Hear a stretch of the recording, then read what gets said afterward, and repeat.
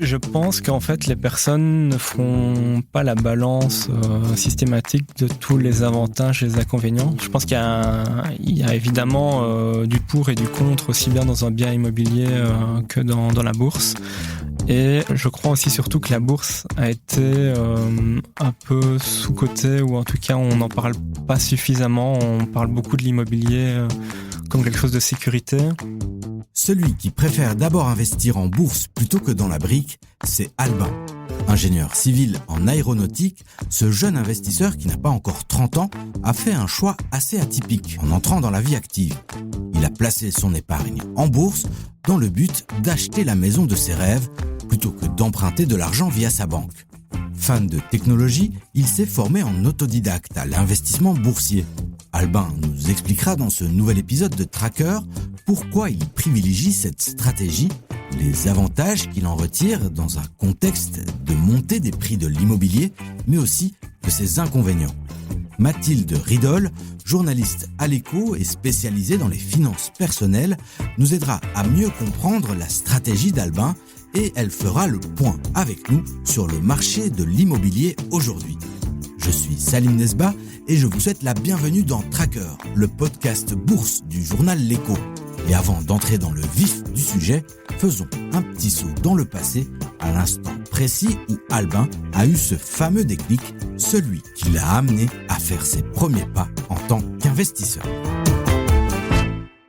Quand on commence dans la vie en tant qu'étudiant, on fait souvent des jobs étudiants, etc., où on met de l'argent de côté sur un compte épargne.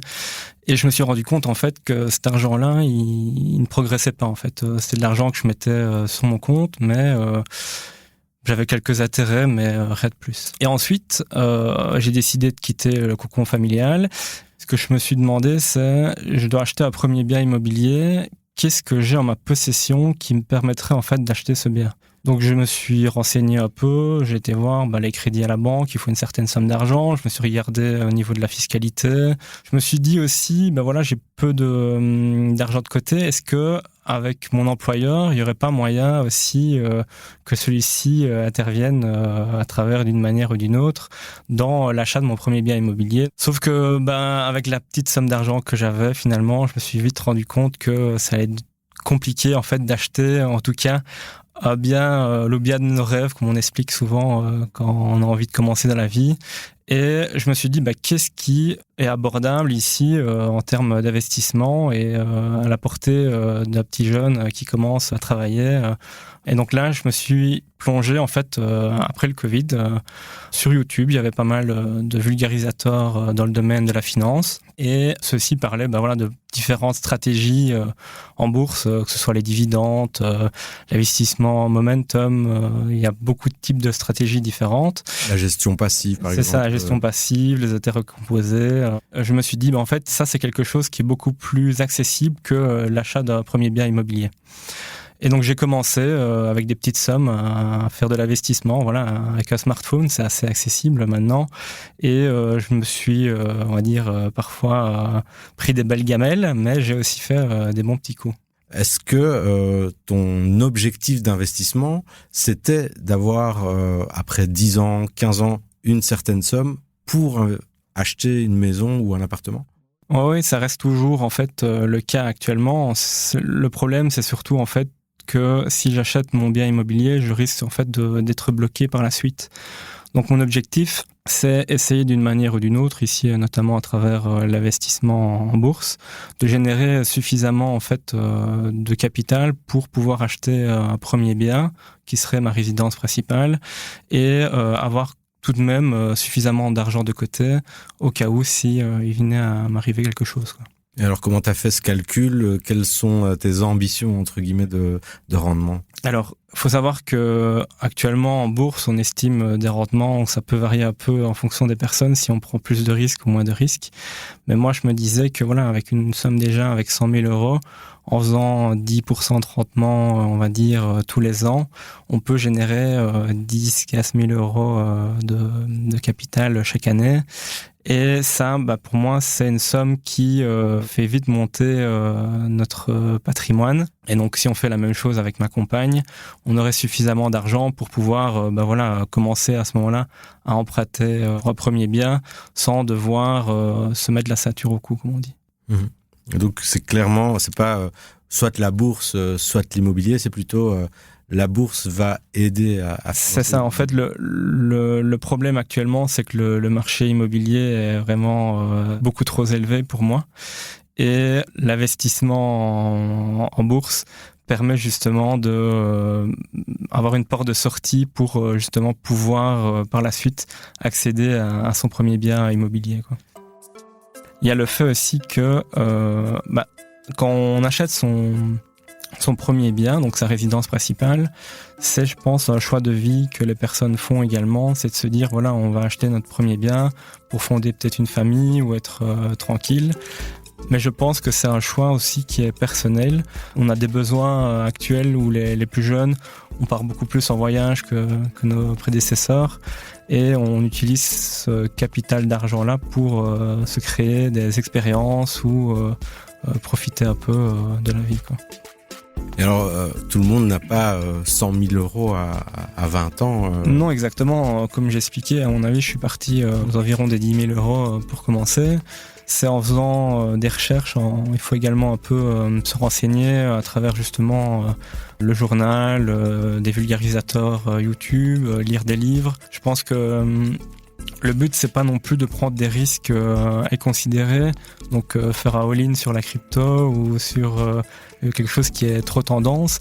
C'est vraiment commencer petit à petit avec certaines sommes, voir si on arrive à dégager un peu des bénéfices et au fur et à mesure des années, comme on explique avec les intérêts composés, on arrive à en fait accumuler une certaine somme d'argent qui par la suite permettra, dans un horizon parfois qui est peut-être pas à court terme, à 5 ans, 10 ans par exemple, d'avoir une somme considérable qu'on pourra utiliser à sa guise, quoi.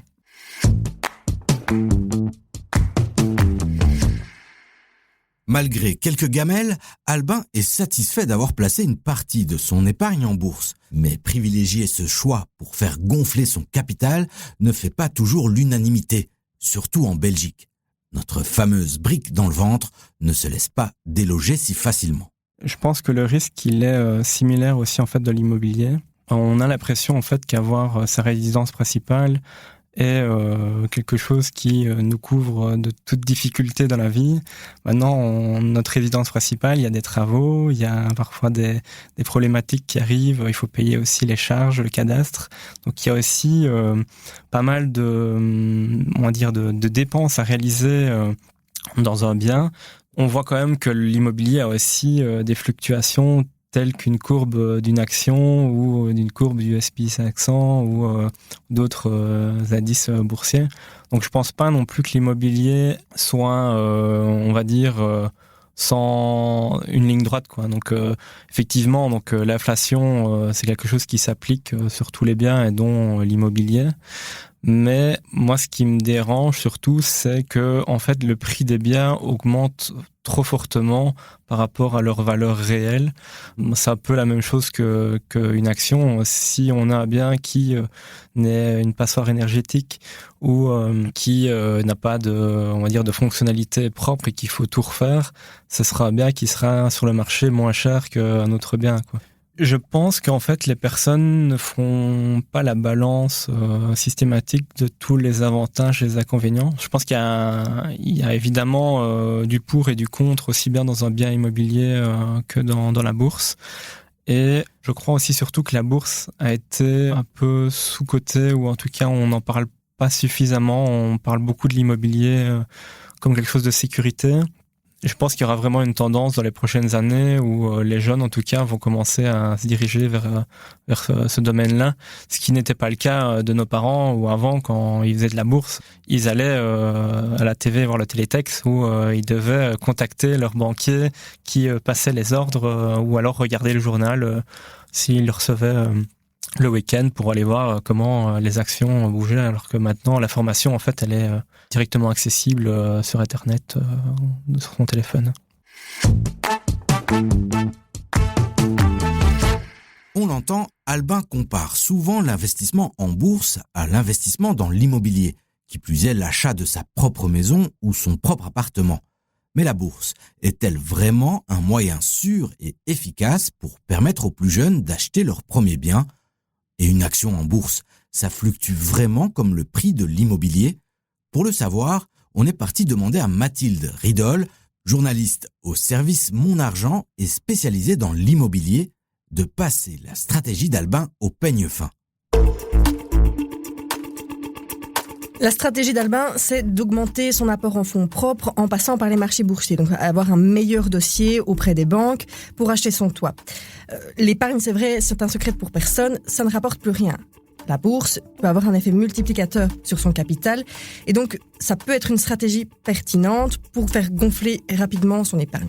Quoique, il ne faut pas oublier que les marchés boursiers fluctuent énormément et donc au moment de retirer son capital, Albin pourra le voir amoindri parce qu'il suffit que les marchés aient été baissiers à ce moment-là pour qu'il ait perdu de l'argent. Donc il ne faut jamais oublier que les perspectives d'investissement en bourse sont sur un horizon de long terme, 10 ans, 15 ans, voire 20 ans. Oui, c'est qu'à partir de ce moment-là qu'on peut dégager du rendement.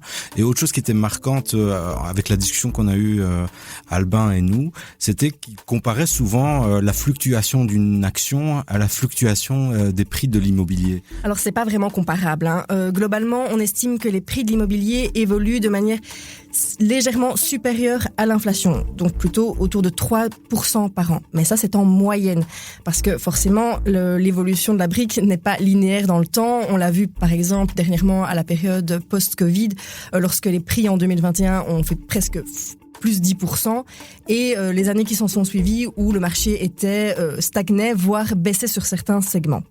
Tandis qu'en bourse, on estime en moyenne, ce sont toujours des moyennes, donc que pour un investisseur aguerri, on peut tirer environ 8% de rendement sur base annuelle. Donc ce n'est pas vraiment comparable. Il faut vraiment se dire que les marchés boursiers sont beaucoup plus volatiles que la brique en tant que telle. Alors on voit aussi que parmi les freins les plus importants, les taux que les banques proposent freinent les jeunes à investir en immobilier, à acheter leur propre maison. Effectivement, toute proportion gardée, si on regarde les taux aujourd'hui en comparaison à certaines années bêtement les années 70, on était quand même sur des taux de plus de 10%, donc il faut quand même rester réaliste. Les taux d'aujourd'hui à 3-4% restent accessibles.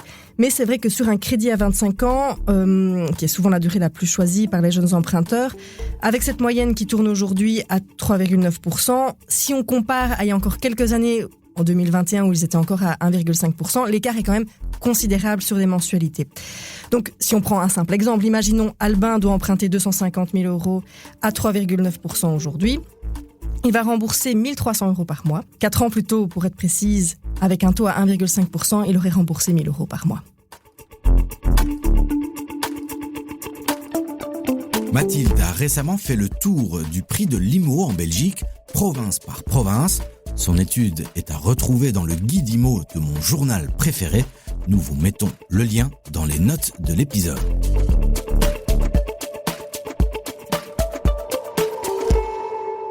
Place maintenant au scan du portefeuille de notre invité. Aujourd'hui, le portefeuille d'Albin tient en une petite dizaine de lignes et il est largement dominé par des investissements dans la tech américaine. Mais avant de trouver la formule qui lui convient, Albin a fait plusieurs essais avec quelques ratés au passage. Donc voilà, ici j'avais, on va dire, une théorie qui était que en Europe, avec tout ce qui est vieillissement, etc., les maisons entrepôts allaient, on va dire, exploser et que les entreprises en bourse dans les maisons entrepôts allaient également augmenter. Donc j'ai commencé à investir. C'est des valeurs très sensibles au taux. Voilà. Et on a connu une baisse forte. Ouais. Alors il y a aussi le fait que j'avais investi dans une entreprise qui s'appelait Orpea et donc là il y a eu un scandale et donc l'entreprise a commencé à chuter, donc voilà, pas de chance. Donc là vaut mieux retirer son argent plutôt que de ne plus rien avoir. Donc là c'était un raté. Par contre j'ai eu également des bons coups. J'ai notamment investi dans Facebook qui est devenu donc Meta. Donc là avec des chiffres on va dire assez fantastiques. Moi je suis ingénieur donc dans le domaine aéronautique, j'aime bien tout ce qui est technologie, etc. Et je me suis quand même dit que la technologie, c'est quand même quelque chose qui est porté vers le futur. On va dire tout ce qui est réseaux sociaux, tech, les Magnificent Sevens, comme on les appelle. C'est des entreprises dans lesquelles j'ai investi une certaine somme d'argent. J'ai aussi ici récemment avec l'intelligence artificielle, j'avais aussi investi dans des sociétés pour tout ce qui est stockage, mémoire, Micron Technologies, si vous connaissez, qui est une entreprise qui me paraissait tout à fait profitable. Si on revient aussi un peu à l'immobilier, j'ai quand même investi dans Realty, qui était aussi une entreprise aux États-Unis qui était fort connue dans le domaine immobilier. En fait, l'immobilier au niveau action, on est plutôt sur du dividende. En fait, on n'est pas sur de la croissance comme on pourrait aller chercher sur des entreprises tech. Et donc, c'est en testant plusieurs stratégies qu'on se rend compte en fait du pour et du contre. Et finalement, j'ai décidé de pas me concentrer sur tout ce qui est dividende, etc. Et plutôt d'avoir dans mon portefeuille des entreprises plutôt à croissance, quoi. Donc, je pense que on va dire, ma thèse actuelle est toujours bonne. Je m'attends aussi à avoir un retournement du côté tech.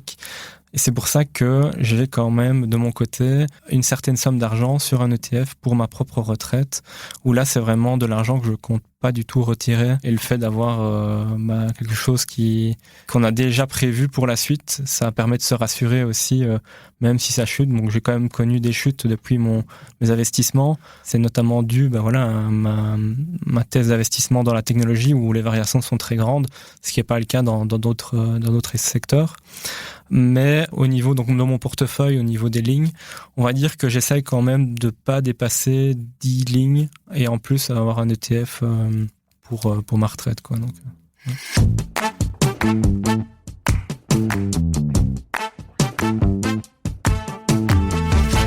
Finalement, Albin, pour acheter cette fameuse maison de tes rêves, c'est quoi ton horizon de placement? Quand est-ce que tu penses que tu vas y arriver? Là, j'ai pas vraiment de deadline pour m'acheter ma résidence.